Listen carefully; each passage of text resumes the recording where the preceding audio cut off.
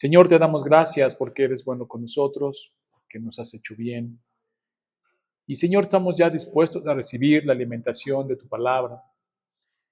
Gracias, Señor. Permítenos discernir lo que nos quieres decir a cada quien en la medida de tu gracia. Trabajarás con cada uno de diferente manera según su necesidad. Nos ponemos en tus manos para que podamos realmente en tu espíritu, Señor, entender, discernir y ver lo que quieres decirnos, Señor, en esta porción. Necesitamos que nos guíes. En el nombre de Cristo Jesús. Amén. Bueno, la palabra de Dios dice así: ustedes deben orar así. Es Jesús enseñando a sus discípulos cómo deben de orar. Y les va a dar lo que conocemos como el Padre Nuestro, ¿no? Es un formulario de cómo se debe de orar y es importante porque es algo que Jesús enseña directamente. Es impresionante cuando tú abres la Biblia, no sé si han visto esas Biblias que ponen en rojo cuando Jesús habla, ¿no? Es imaginarte que está ahí lo que Jesús dijo en algún momento. Es hermoso, ¿no? Y dice así: Padre nuestro que estás en el cielo.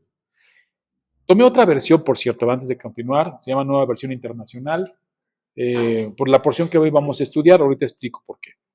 Padre nuestro que estás en el cielo, santificado sea tu nombre. Venga tu reino, hágase tu voluntad en la tierra como en el cielo. Danos hoy nuestro pan cotidiano. Perdónanos nuestras deudas, como también nosotros hemos perdonado a nuestros deudores. Y no nos dejes caer en tentación, sino líbranos del maligno. Porque si perdonan a otros sus ofensas, también los perdonará a ustedes su Padre Celestial. Pero si no perdonan a otros sus ofensas, tampoco su Padre les perdonará a ustedes las suyas. Muy bien. Un poquito nada más, vamos a dar la base teológica, el fundamento sobre el que construimos hoy la oración, la enseñanza, que es precisamente el fundamento de la semana pasada. Primero, las tres primeras peticiones, como ya vimos, tienen que ver con los asuntos de Dios.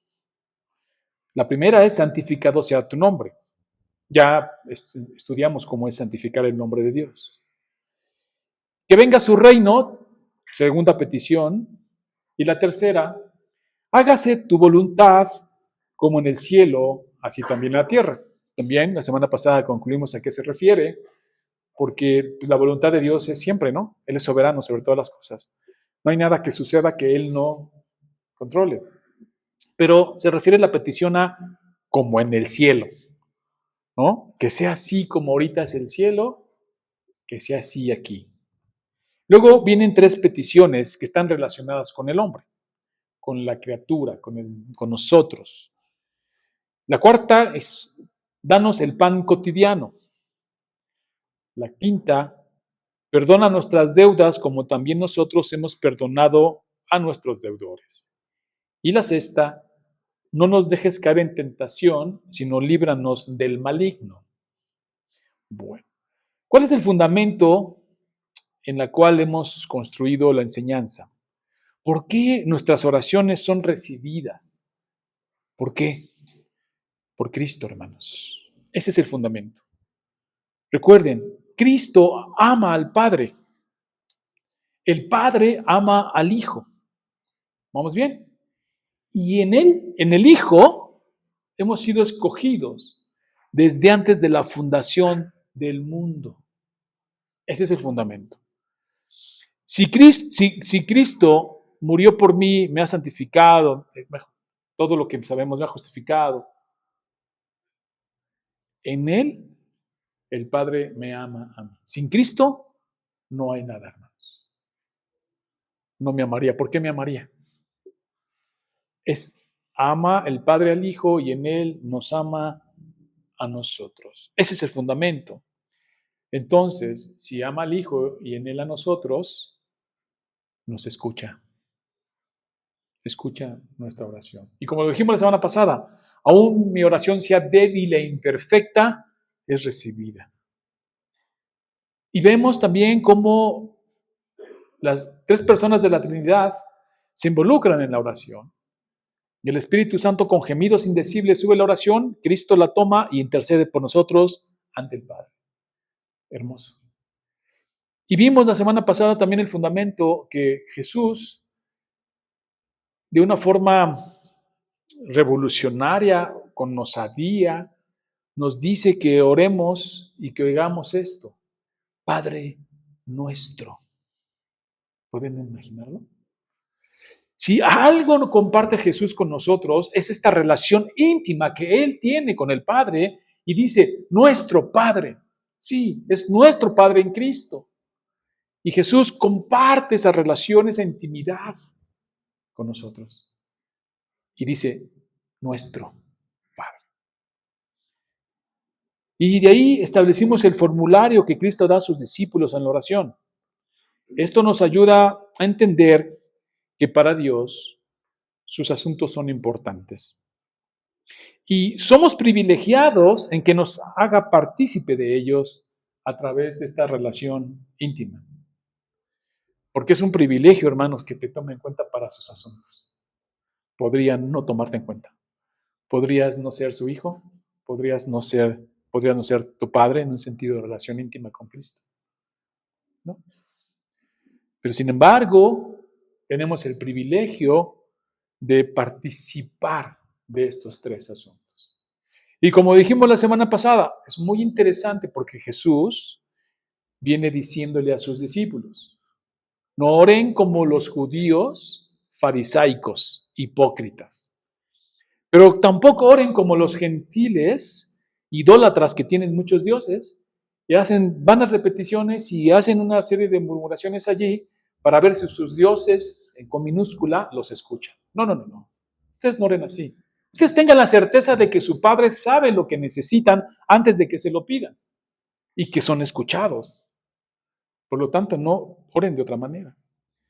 Y decíamos, entonces, si tenemos necesidades y venimos a Jesús y Jesús nos dice, ok, te voy a enseñar cómo tienes que pedir por tus necesidades. Y lo primero que Jesús nos presenta es, primero vamos a pedir por los asuntos del Señor. Y luego ahorita pedimos por los nuestros. Ah, caray, ¿no? Dices, ay, no me había dado cuenta. Pensé que mis asuntos eran lo más importante. Son importantes también, así que son escuchados, son recibidos y son atendidos en Cristo. Pero Jesús enseña un principio. Primero, sus tres asuntos divinos. Santificado sea tu nombre, venga nuestro reino y sea hecha tu voluntad. Ese es el formulario. Y después, súbitamente, Cristo nos enseña con esta osadía, porque es algo como atrevido, ¿no? Decirle al Padre, danos el pan cotidiano. ¿Sí? El del día a día. Bastante audaz, ¿no? La petición. Pero esta petición está precedida de tres anteriores, la cual concuerdan y armonizan con el fin principal del hombre. ¿Cuál es el fin principal del hombre? Darle la gloria a Dios y gozarnos de Él. Me gusta cómo lo formula el Catecismo Menor de Westminster en su primera pregunta. Lo formula de una manera tal que encierra todo lo que es. Si yo fui hecho para darle la gloria a Dios y gozarme de Él, armoniza perfectamente el Padre Nuestro en sus primeras tres peticiones. Que tu nombre sea glorificado, que tu voluntad sea hecha. Y usa mi vida para ello. Que tu voluntad sea en mi vida, no mi voluntad. Que la gente cuando vea tu nombre no sea vituperiado por mi culpa, sino glorificado por cómo soy. Y eso es darle la gloria a Dios y luego gozarnos de Él. Y hemos visto que es como si le dijéramos, o como si hubiera dicho, Señor, yo me encargo de tus asuntos y tengo la fe de que tú te encargarás de los míos. Pero evitemos el error pernicioso, hermanos, de pensar que Dios nos debe algo. De ninguna manera. Bastante, como lo hemos dicho, es el privilegio de que ya nos incluya en sus asuntos divinos a seres débiles y falibles como nosotros. Es en virtud de su fidelidad, gracia y misericordia a la que apelamos cuando le decimos, encárgate de mí, encárgate de mis necesidades. Fiel eres a tu nombre y a tu Hijo en quien nos has amado. Ese es el fundamento. Es en virtud de su fidelidad, gracia y misericordia, hermanos. No lo olvides.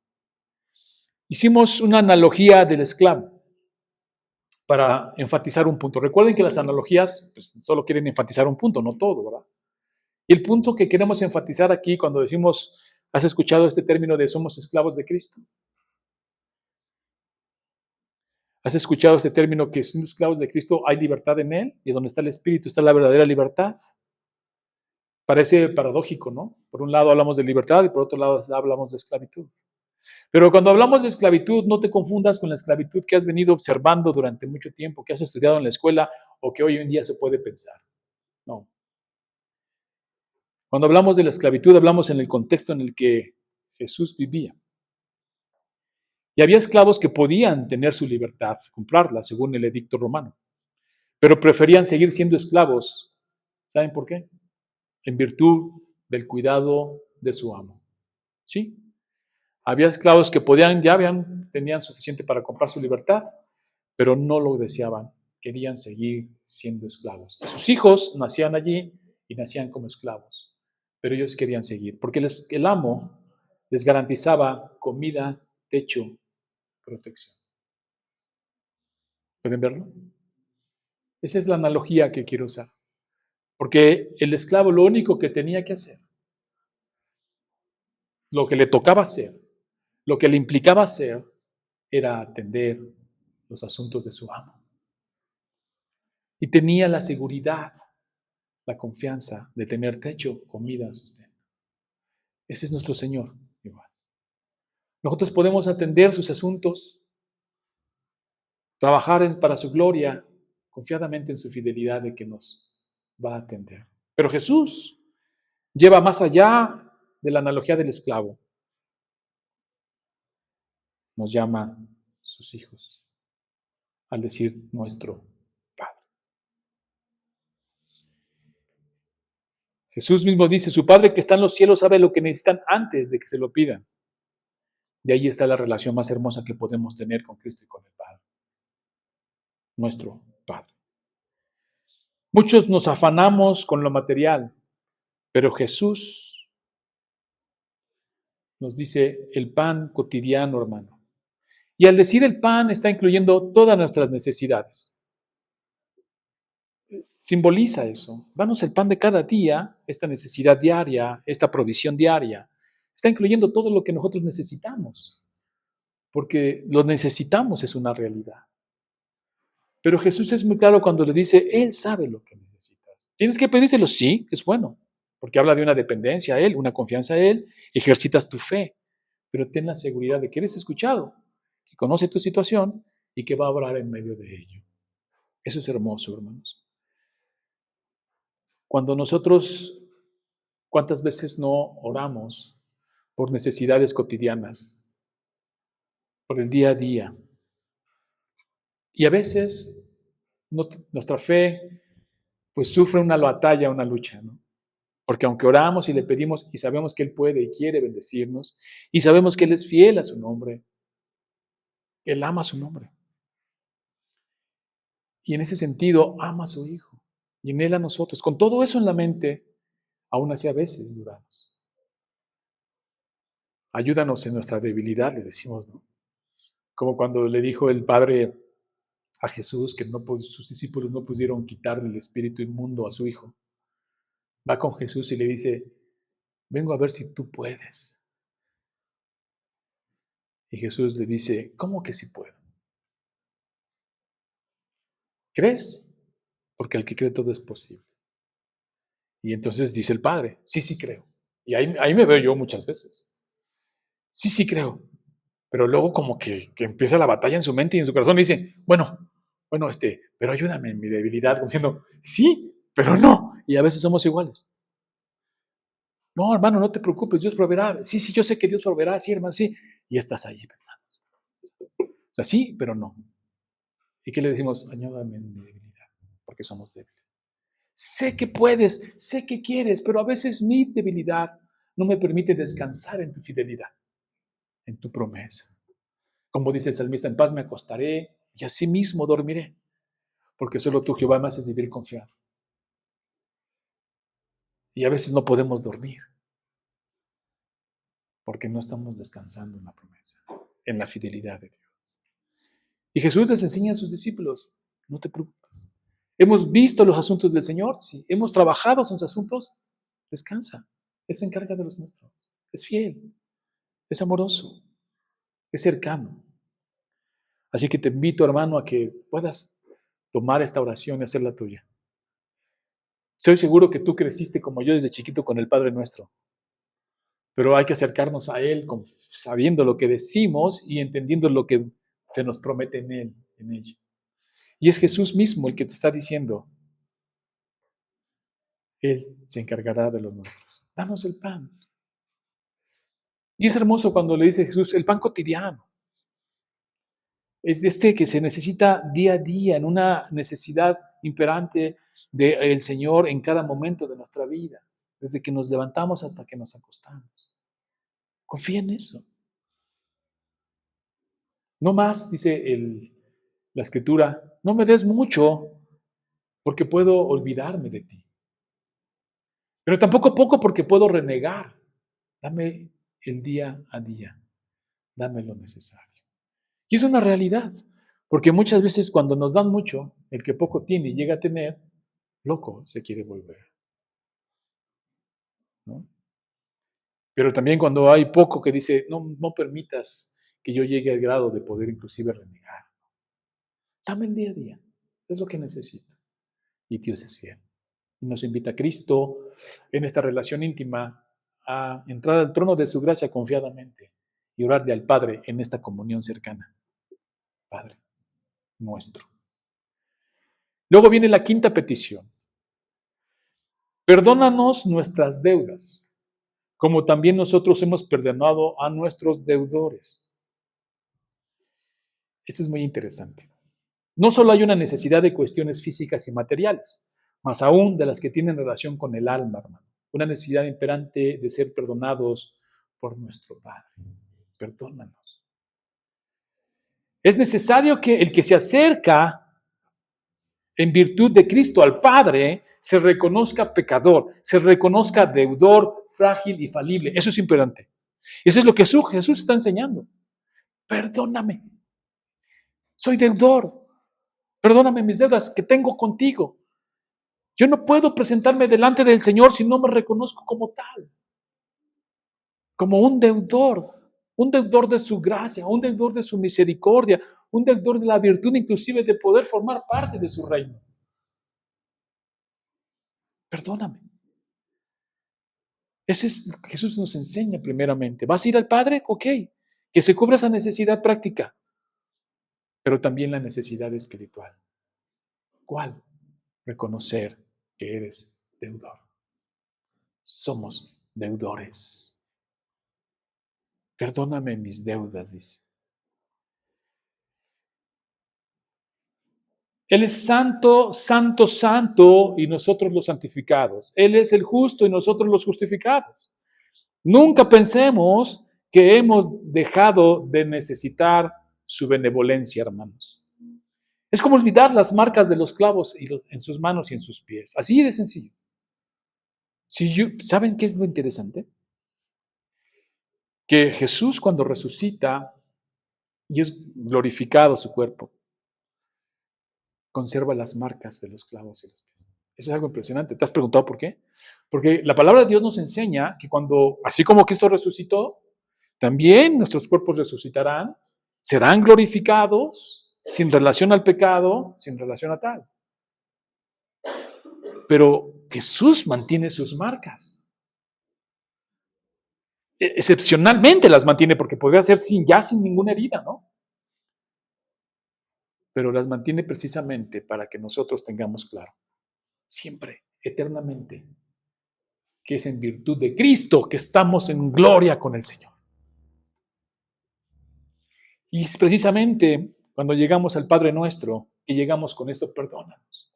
Porque si ya no nos reconocemos pecadores, porque si ya no nos reconocemos deudores, entonces es como si hubiéramos olvidado que hay marcas en los pies y en las manos de Cristo. Que Dios nos libre de eso. Por un lado, apuntan a nuestros pecados esas marcas. Y por otro lado, al pago de los mismos. Nos recuerda, sí, que nuestros pecados lo clavaron allí, pero sí que por su sangre y por su cuerpo fuimos sanados. Hermoso, ¿no? Y así cuando nos acercamos al Padre nuestro es recordar una y otra vez, somos deudores. El que dice que no peca, miente y hace mentiroso al Señor. Pero es necesario que te reconozcas así, que nos reconozcamos así y nos presentemos delante del Padre con esa humildad, con esa necesidad de su gracia y misericordia día a día. Y es en esta relación de culpa y perdón y necesidad de la benevolencia de Dios que vemos que tenemos que perdonar a los que nos ofenden. ¿Por qué? ¿Cómo me acercaría yo a pedir benevolencia si yo mismo no perdono pecados de los que me han ofendido? ¿Qué implicaciones tiene eso, hermanos? ¿Acaso estarías yo sugiriendo que las ofensas que recibí son más grandes que las mías que clavaron en Cristo, que clavaron a Cristo en la cruz? ¿O que podría hacer eso? Yo sí vengo a pedirte perdón y que quites mis deudas que tengo contigo, porque no son muy grandes. Ah, pero yo no puedo perdonar al que me ofendió, porque estas sí son grandes. ¿Acaso estaría yo sugiriendo eso?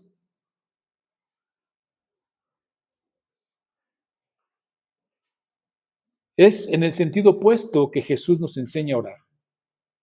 La realidad terrenal de las ofensas que podamos recibir entre nosotros, hermanos, son mínimas a la realidad celestial de mis ofensas a Dios, aunque están relacionadas. No es lo mismo las ofensas entre criaturas falibles, pecaminosas, injustas, que ofender al 3 veces santo, santo, santo de Israel. De hecho, es en un sentido hasta común. Si tú ofendes a una persona, tiene un castigo.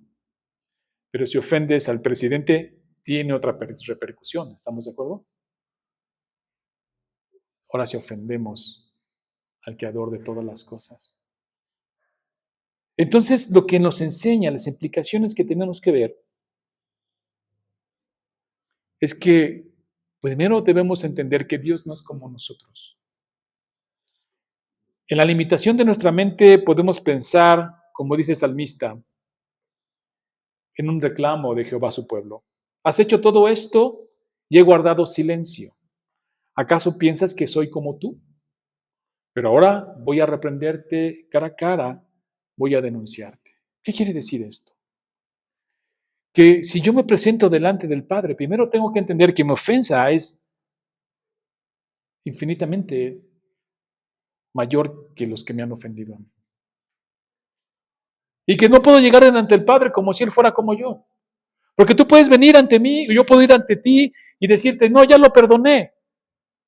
Y eso no es una realidad.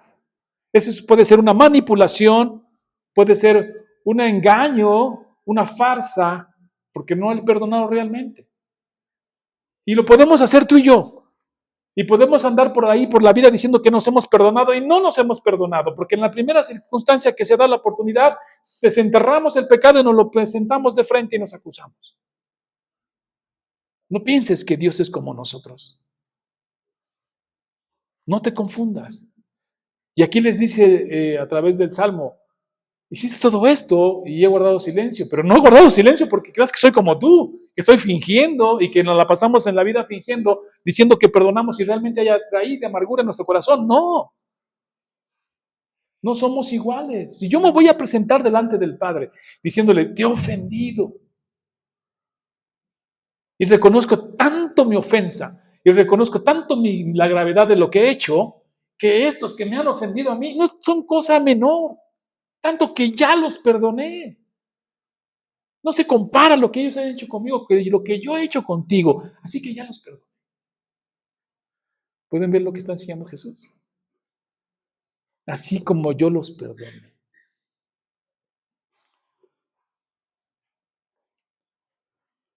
Es tan importante, hermanos, el perdón que Jesús Primero va a meter la sexta petición y luego regresa al perdón y dice, porque si perdonan a otros sus ofensas, también los perdonará a ustedes su Padre celestial. Pero si no perdonan a otros sus ofensas, tampoco su Padre les perdonará a ustedes las suyas. Así que es importante presentarnos delante del Padre, entendiendo que lo que me hayan ofendido a mí, que soy injusto, que soy imperfecto, que soy débil, y seguramente mucho de eso me lo merezco, reconozca que yo sí he ofendido al Santo de Israel. Entonces, esto es cosa menor lo que me hayan hecho a mí, comparado a lo que yo le he hecho a Cristo. ¿Pueden ver? Y tengo que presentarme delante de Él reconociendo esto, entendiéndolo como tal. No al revés, no pensando que, mira, Padre, todo esto que me han hecho, cómo me han ofendido, cómo me han herido y ya lo perdoné. Pues tú perdóname lo mío, ¿no? Nada más mentí. No, está al revés. Esto no tiene nada comparativo con lo que se ofende al Santo de Israel. ¿Ven? Es al revés. Y así nos presentamos. ¿Y cómo te presentas entonces? Humillado, clamando misericordia, clemencia. Y dice, porque si no haces esto, tu Padre no te va a perdonar. Y no te va a perdonar en virtud de que ni siquiera reconoces la gravedad de tu ofensa a Él. ¿Cómo? Sí la reconozco. No, en relación a las que te han hecho. Así de sencillo. Y podemos abundar sobre este tema del perdón, que ya lo hemos trabajado en sermones anteriores. Y nos faltarían 6 meses para hablar del perdón. Porque se nos manda a perdonar como Él nos ha perdonado. Se nos manda que en el amor se cubre multitud de faltas. Y eso es importante porque en virtud de qué Padre nos perdonaría, sí, de que yo lo entiendo como pecador, pero siempre va a ser en virtud de que Cristo ya pagó por ello. Cuando nos ofendemos entre cristianos, cobra mayor relevancia. Porque la ofensa puede ser entre alguien que no es cristiano y viene y te ofende, de tu trabajo, de tu escuela, inclusive de tu casa. Pero hay algo imperante cuando es cristiano con cristiano, cuando hay ofensas entre cristianos. ¿Por qué? Porque tienes que tomar en cuenta que la misma sangre, sí, la de Cristo, que limpió, pagó por sus culpas, de ese que te ofendió, cristiano, también pagó por las tuyas. No puedes no perdonar, porque estarías minimizando la sangre de Cristo, que pagó por él y pagó por ti. ¿Puedes verlo? No es cosa menor. Por algo Jesús cierra la oración con el perdón nuevamente. Perdona a los que me han ofendido. Yo sé que podrás estar diciendo, es que lo que me hicieron, yo lo sé. Hay ofensas muy grandes, pero ninguna te ha llevado a la cruz. Y nosotros sí llevamos a la cruz a nuestro Señor. Y está bien que muera un justo, ¿no? Alguien por un justo, pero un justo por los injustos, dice la Escritura. Solo Cristo.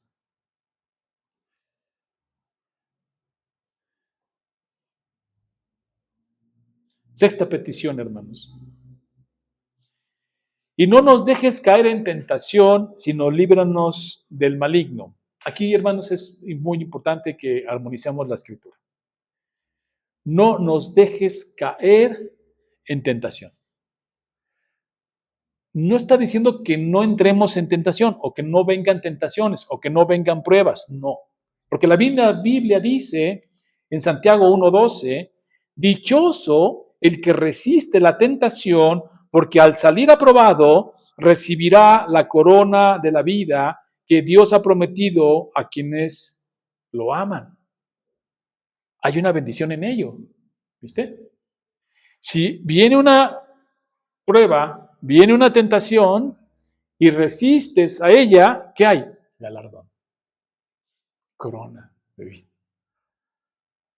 Entonces, no, hay necesidad, hay una necesidad, y la Biblia misma lo va a enseñar, ahorita vamos a ver los textos, que necesitamos pasar por tribulaciones.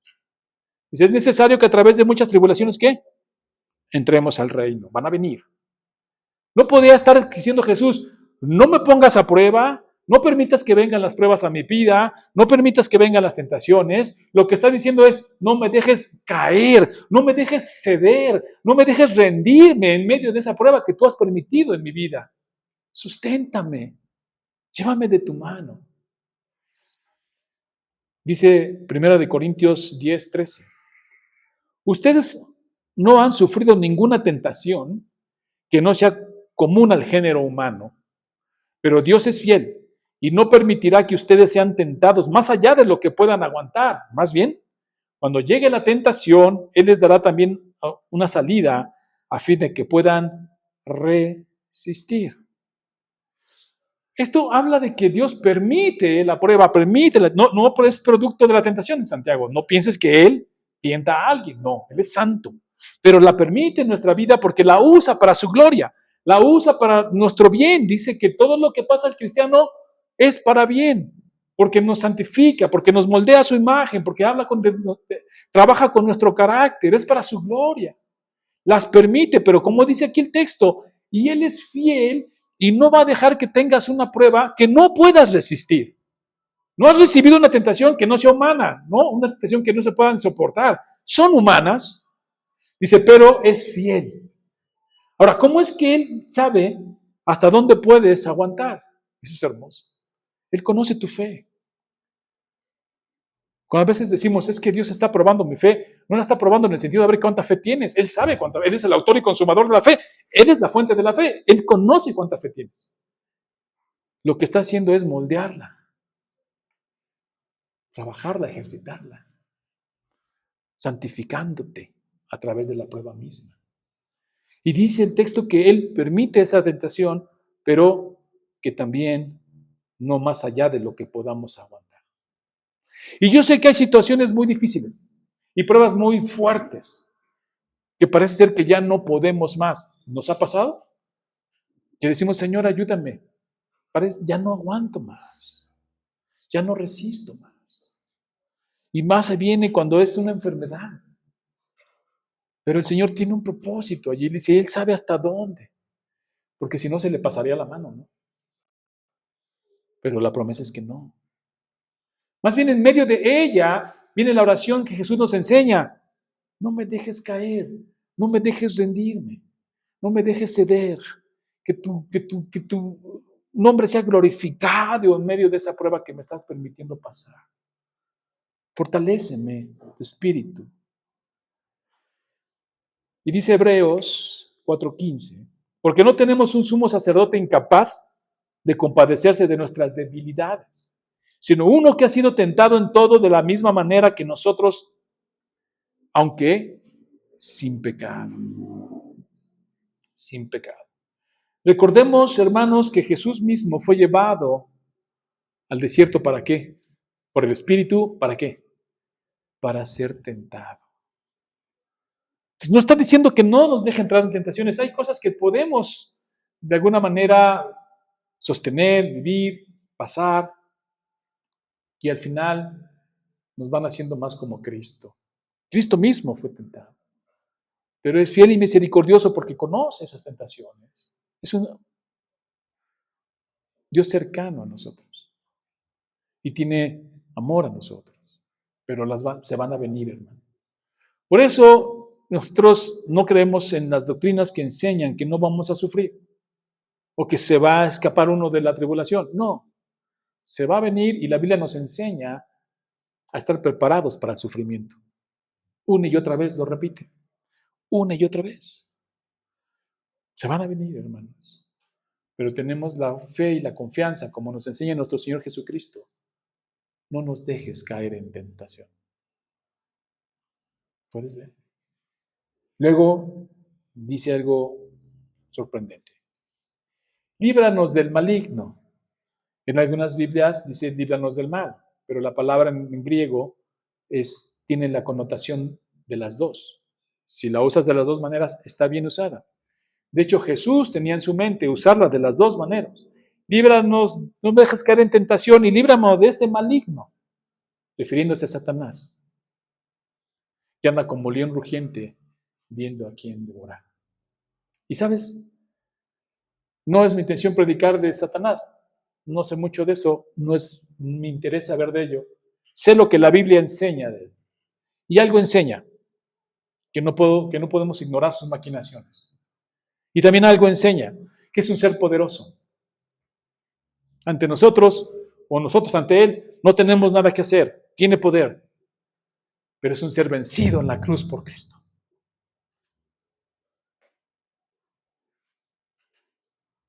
Sí, tiene poder, pero Cristo lo venció en la cruz y lo ha atado y lo ha despojado. Tú y yo somos botines de guerra, ¿sabes? Nos ha arrancado de la muerte a la luz, a la vida, de sus dominios a los dominios de Cristo. Cristo ha vencido. Eso es lo que sí sé. Pero tampoco puedo ignorar que Jesús dice, líbrame del maligno. Un poder ante el cual nosotros no podemos resistir. No tenemos manera de hacerlo.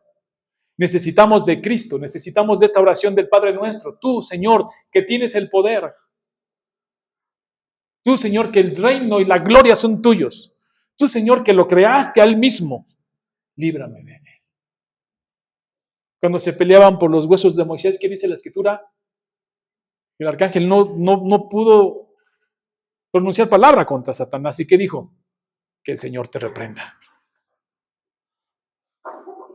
No nos metamos en esas cosas que fascinan y provoquemos cosas que ni entendemos, como dice Pablo en una reprensión en sus cartas. Dicen ellos que conocen las profundidades de Satanás, ni idea tienen, ni saben de qué se trata.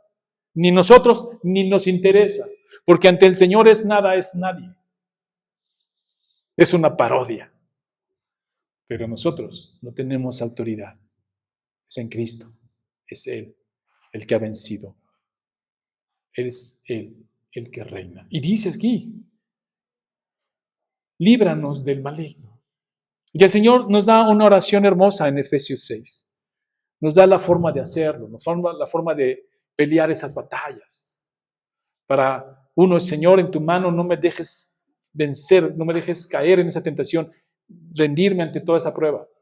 Pero la otra es que tengo a alguien que viene como león rugiente viendo a quién devorar. Está viendo mi debilidad, está viendo lo que necesito, está viendo en qué manera va sobre mí.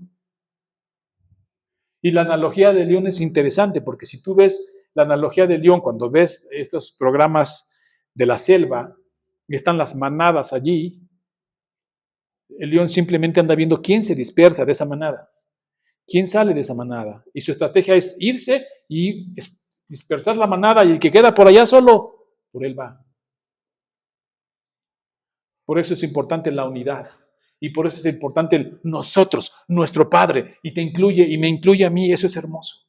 Cuando yo hago oración y digo, líbranos, líbranos, estoy orando por ti y por mí, aunque no estés presente, porque lo necesitas como yo lo necesito, para poder librar esas batallas. Señor, líbranos. Y estoy pensando en estos hermanos que no veo a veces, pero que están allí, que son mis hermanos y que están sufriendo una batalla tremenda y fuerte por un acoso del enemigo. Y yo clamo al Señor y te incluyo como Cristo me incluyó a mí. Es que hermoso.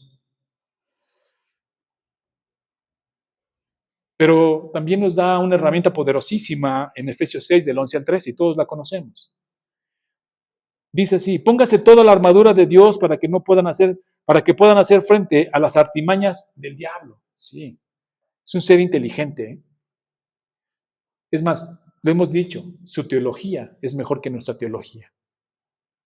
El conocimiento que él tiene de Dios es mejor que el conocimiento que nosotros tenemos de Dios.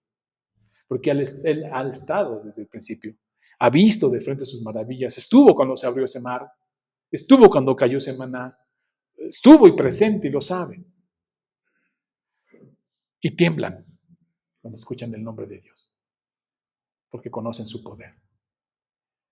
Y ahí está. Solo que lo rechazan. Tienen conocimiento, tienen creencia, a diferencia de nosotros, no tienen confianza. Rechazan a Cristo y nosotros tenemos confianza en Él. Y en esta forma que nos da Pablo en la carta a los Efesios, inspirado por el Espíritu Santo, nos dice cómo pelear esa batalla, hermanos. No tienes que agarrar y correr alrededor de un lugar, prender unas antorchas, gritar cosas para que se caigan como se cayeron los muros de Jericó. No tienes que hacer eso. Para pelear esta batalla con huestes espirituales y de maldad y con el diablo, como lo dice aquí, con ese nombre, dice la palabra de Dios: póngase toda la armadura de Dios para que puedan hacer frente a las artimañas del diablo. Porque nuestra lucha no es contra seres humanos, sino contra poderes, contra autoridades, contra potestades que dominan este mundo de tinieblas, contra fuerzas espirituales malignas en las regiones celestiales. Por lo tanto, pónganse toda la armadura de Dios para que cuando llegue el día malo puedan resistir hasta el fin con firmeza. La armadura de Dios.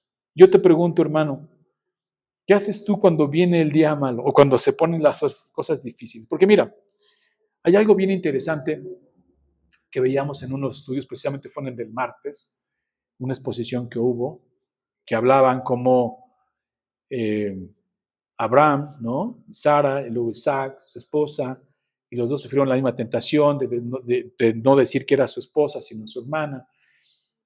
Y cuando ves el texto dice que Dios ayudó a que el faraón no tocara a Sara.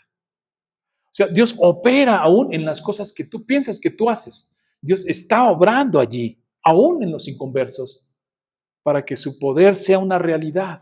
Nos cuida, hermanos. Muchas de las cosas cuando tú sales en la mañana de tu casa y regresas en la noche a tu casa, todo lo que Dios obró ni cuenta te das. Y a veces dices, ay no, pensé que me iba a hacer algo y me fui por allá. No, sí hiciste bien.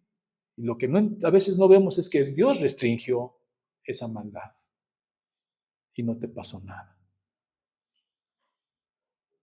O te mostró el camino para que tomaras la decisión correcta. Y así vemos la soberanía de Dios sobre todas estas cosas que nos pasan el día a día. Por eso Jesús dice, órale al Señor, líbrame del maligno porque está allí acosándome. Yo no sé si tú a veces te das cuenta que ahí está. Y no es porque sientas una presencia así que digas, sentí como que alguien se me puso atrás, ¿no? O sentí como que pasó algo así, un vientecito así como la de Guadalupe. No, dices, no, porque sientes como tú en tu debilidad empieza a ceder. Y esa debilidad, dices, ¿cómo es posible que si esa es mi debilidad, fui allí y me encuentro con mi debilidad? ¿No? O sea, que esa tentación en la que yo vengo huyendo, ¿quién crees que te la puso? El enemigo que está operando. Sí, tú acostumbras ir a lo mejor a ciertos lugares, ya los tienes controlados, hay cosas en las que sabes que es una lucha, y dices, no. Y llegas y, carajo, parece ser, ¿no? Que te viene persiguiendo esa debilidad. Es el enemigo operando. Pero el Señor nos da una manera de pelear esas batallas. Dice que no es lucha contra carne ni sangre. Y nos dice cómo es la armadura. Estad pues firmes, ceñidos vuestros lomos con la verdad y vestidos con la coraza de justicia. La verdad, hermanos, que a veces cuesta trabajo, ¿no? Porque quieres ocultar una mentira, o sea, quieres decir algo, la verdad te pone en vergüenza, mejor mientes. Y ese es un asunto que Satanás lo sabe. Y a veces, como escuchábamos en esas cápsulas de no hacer falso testimonio, estamos estudiando en las cápsulas, ¿se acuerdan? De los mandamientos. No levantes falso testimonio. Ah, no, pero levantas falso testimonio y mientes y dices, sí, yo lo vi, a mí me dijo, y no sé qué, y estás mintiendo, porque la verdad te podrías poner. Pero la manera de vencer al enemigo es decir la verdad con sus consecuencias. Finalmente eso te va a liberar. Porque si no dices la verdad, ¿qué dices? Es una mentira o no. Y al decir una mentira le acabas de abrir la puerta al enemigo, como dice aquí. Vístete la verdad. La verdad es Cristo, la verdad es decir lo que es. Y eso es, cierra la puerta a Satanás. Y la coraza de justicia, sí, la justicia de Cristo apuntada a nuestras vidas. Y de esa manera nosotros podemos pelear contra el enemigo.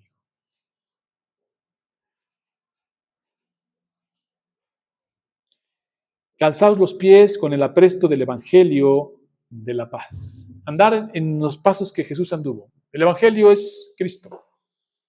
El Evangelio es lo que Cristo es, lo que Cristo vivió, lo que Cristo enseñó, su vida, su obra, su muerte, su resurrección. Ese es el Evangelio. Dice, anda en él. No hay mejor manera de vencer a Satanás.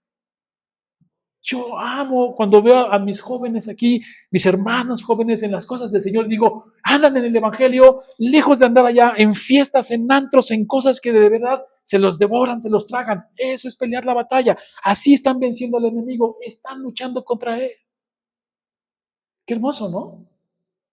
Los niños que crecen en el Señor. Nosotros como adultos, que podrás recibir a lo mejor invitaciones, fiestas, reuniones, celebraciones y todo eso. Yo tengo que estar en los asuntos del Señor, ando en la presta del Evangelio, estoy en la palabra del Señor, medito en ella día y noche, en la mañana, en la noche. Qué hermoso es. Así estamos peleando la batalla, hermanos. Es interesante porque los viernes que venimos, pues parece así como que la puerta ancha y la puerta angosta, ¿no se han dado cuenta? ¿Por qué? Porque nuestra puerta está angostita, ¿sí la han visto o no? Es una analogía la que estoy haciendo, por supuesto. ¿Y ya vieron qué nos pusieron al lado? Las michegomiladas, o sea, ¿no? No, vengan el viernes, los que no han venido. Llegas y está la fiesta ya. Las bebés, así ahí está la gente tomando. Y la puerta chiquita de Nueva Semilla en Cristo.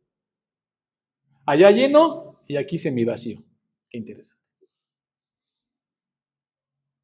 Qué interesante, ¿no? Andemos por el apresto del Evangelio. Entra por esa puerta chiquita. No vais a desviar a la izquierda, por favor.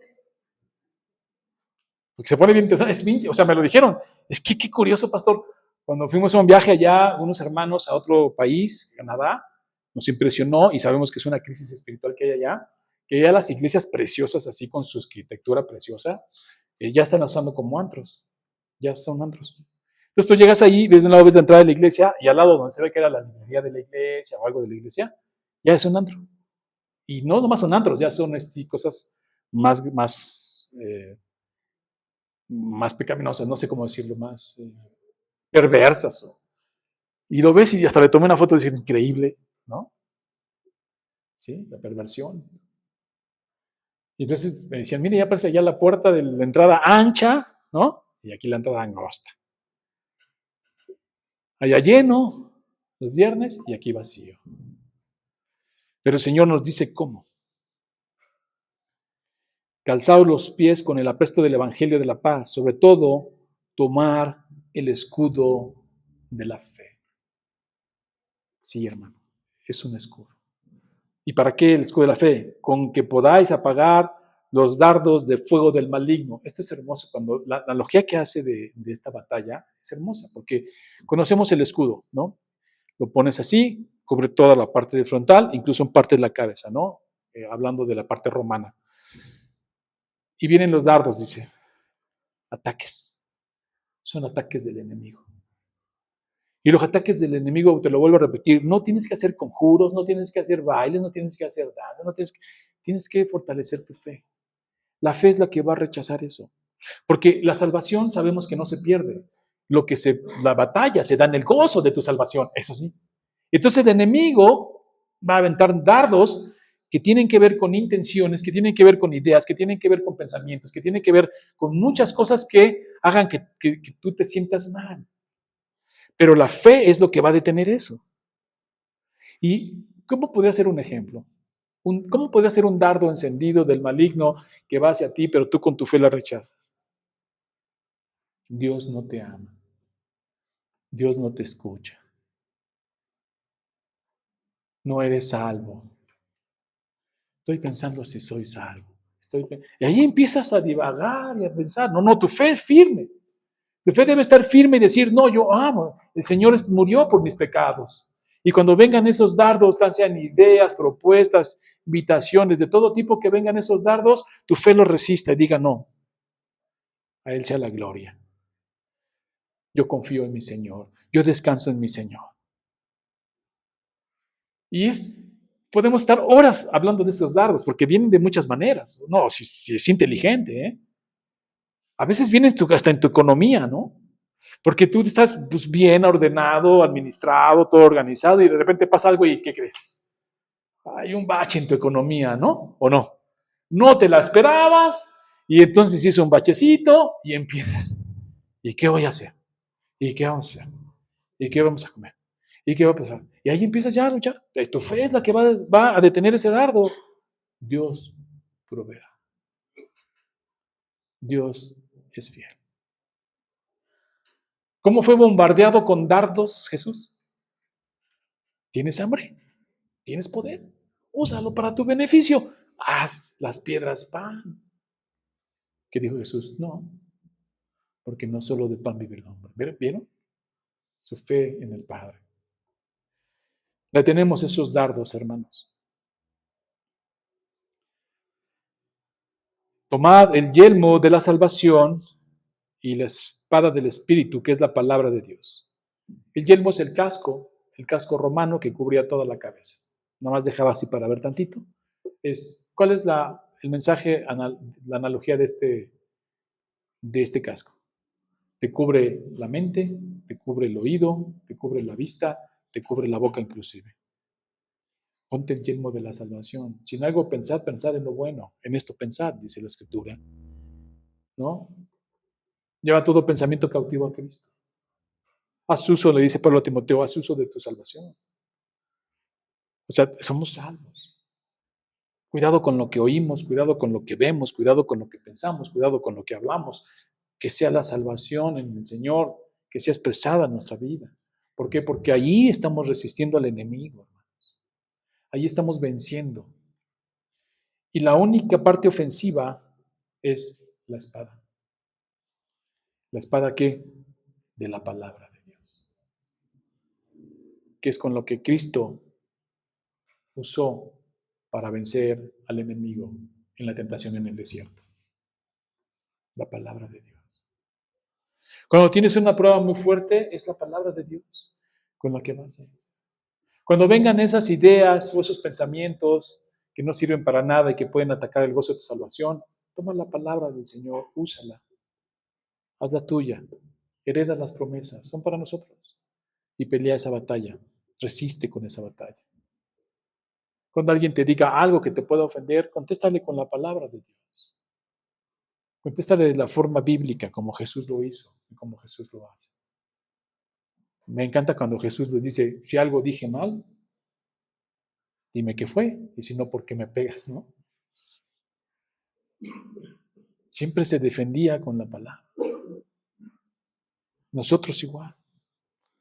Cuando alguien te ofenda en el trabajo, cuando alguien te ofenda en la escuela, cuando alguien te ofenda en tu comunidad, bendícelo como dice el Señor. Con la palabra y lo vas a vencer. Ascuas, dice, ascuas de fuego vas a poner en su cabeza, lo vas a avergonzar. Eso significa, ascuas de fuego en tu cabeza, te pones rojo de vergüenza porque mientras tú ofendes, alguien te bendice. Mientras tú planeas lastimar, alguien planea bendecirte. Mientras tú actúas con coraje, con revancha, alguien actúa por gracia. Y eso debemos ser nosotros, los que actuamos en la gracia y en la palabra de Dios. Y por último dice, orando en todo tiempo, con toda oración y súplica en el Espíritu Santo, y velando en ello con toda perseverancia y súplica por todos los santos. La oración es parte de la armadura de Dios. No esta parte, no esa parte. Es la que aceita toda esa armadura. La oración es la que va a engrasar toda la armadura para que funcione.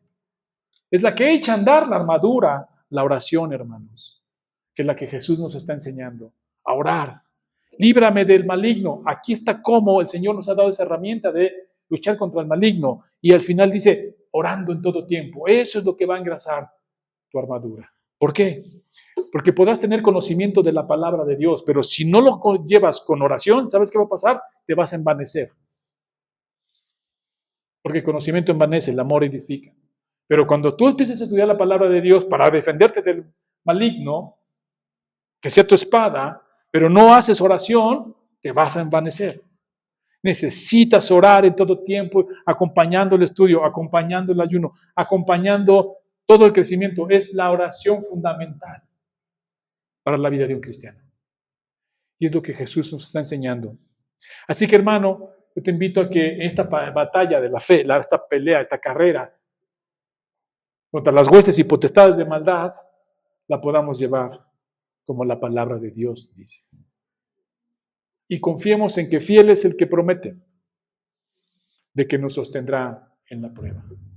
Y cuando venga el enemigo con su poder, con su malicia y con sus artimañas, en Cristo tenemos autoridad, en Cristo tenemos confianza, en Cristo tenemos protección, en Cristo tenemos cobertura. Es en Él, por Él y para Él. Él ha vencido y reina. Oremos. Señor, gracias porque eres bueno. Gracias por tu amor, tu fidelidad, Señor. Gracias porque nos enseñas a orar, Señor, de una manera tal que podemos glorificar tu nombre. Nos enseñas a confiar en ti, nos enseñas a encargarnos de tus asuntos y nos enseñas, Señor, a que tú eres fiel. Bendícenos, Señor, en esta mañana, en el recorrido de la semana, Señor, en el que necesitamos y estaremos a prueba, necesitamos de tu presencia todo el tiempo. Pero fortalece nuestra fe, Señor, de tal manera en que podamos pelear la batalla sabiendo que tú has vencido. La victoria es tuya. En nombre de Cristo Jesús te pedimos nos bendigas, Padre. Amén.